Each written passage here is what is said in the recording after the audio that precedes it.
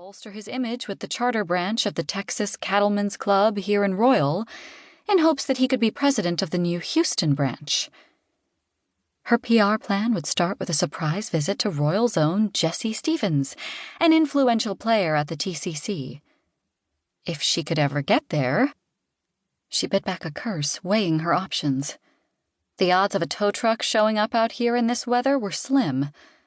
Should she wait to see if the car started and risk getting hit by another wave? Or start walking, in her broken shoes, in the rain and mud? Sighing in resignation, she angled to get her umbrella. Bracing, she opened the door, and rain sheeted inside. She wedged her umbrella through the opening, although it was fast becoming a moot point. Even her Prada trench was losing the fight against the deluge. Frigid water lapped around her ankles, soaking the hem of her slacks as she leaned into the wind, shivering. Still, she was determined to forge ahead, one step at a time.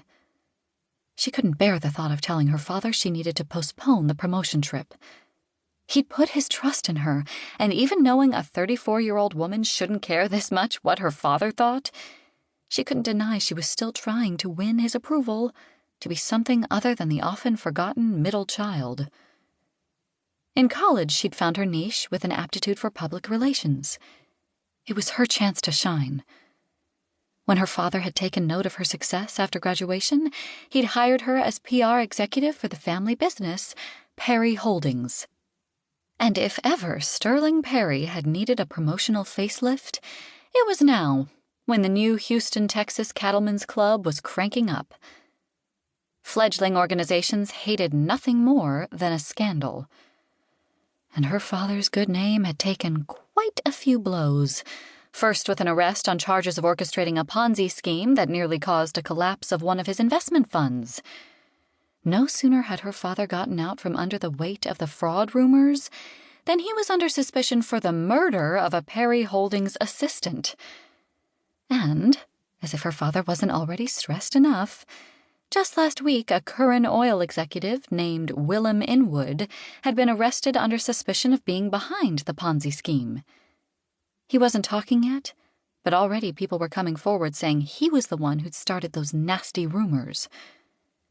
Now, even though his innocence had been proven on the murder charge and Ponzi issue, he still needed a serious image makeover if he expected to win the club's leadership spot. And she intended to give him that fresh start with some help from Jessie Stevens. Wrestling her bedraggled umbrella, she trudged ahead another couple of steps. Were those lights flickering ahead? Hope and weariness jockeyed inside her. She was so very cold and soggy. But this also wasn't Houston, with her high-rise condo secured by round-the-clock guards. She pulled one hand from the umbrella and reached inside her coat to her crossbody bag, fumbling for her can of mace. The lights drew closer, grew stronger, until the glow focused into two beams. High off the ground, a truck. The driver's side door swung wide, and a large, looming figure jumped out, ducking into the rain while holding his Stetson in place. She gripped her mace harder. She'd taken self-defense classes in college, but she was seriously off balance with one broken heel and the other spiked into the mud. "Ma'am, what are you doing out here tonight? Are you waiting for a tow truck?" That voice. It couldn't be. But her ears told her it was. After all, she'd spent countless hours watching videos of Jessie Stevens giving interviews, memorized them, in fact, to decide the best tactic for approaching him. She tilted her head to catch sight of his face below the brim to confirm. And she gasped. No picture could do him justice. Even with the Stetson covering his blonde hair, he bore the look of a cowboy Viking. An image she found difficult to let go of once it came to life in her mind.